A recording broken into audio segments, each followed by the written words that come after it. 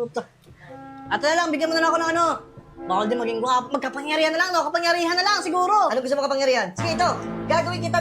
Wait lang, huwag naman ganon. Huwag mo ituloy yan. Naya, kawawa naman ako. Paano naman ako yung isa na lang ako di ba? Sige, ano na lang. Isa na lang. Uy, hindi pa! Grabe naman, boss. Sige, ano pang wish mo? Bigyan mo na lang ako ng good health. Kahit yun na lang, humaba yung buhay ko kahit mga 1,786, pati magulang ko lahat. Sira ulo ka ba? Hindi pwedeng ganun. Lahat tayo lilisan dito sa mundo. Paano mo masaya maging mabuhay na matagal? Hindi. Huwag yun. Ano na lang kaya? Ay, gusto mo mapabuhay mo? Your wish is my command. Bibilaw pansit. Ha? What's it? Isang bilaw, tagwan na yung lubusin mo. Ganun mo, gusto mo. Boss, magkakaroon ka, hindi ako mahilig sa pansit. Tingnan mo. Ano ba sabi mo? Gusto mo? Magkano binigay ko sa'yo? 17K, bibili ka sa akin, tag 1,700 lang, pansit. Pupunlulo ka na mag-genie ka. Di ba gusto mo mapabuhay mo? Oo. Kung kumain ka na isang bilawang pansit, yung tagwan 7, bibilang kita. Ewan ko kung yung mapabuhay mo.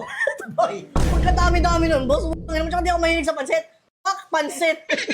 Ano naman, nakikita mo kahit saan yan eh. O ano ba? Ano ba gusto mo? Arte mo?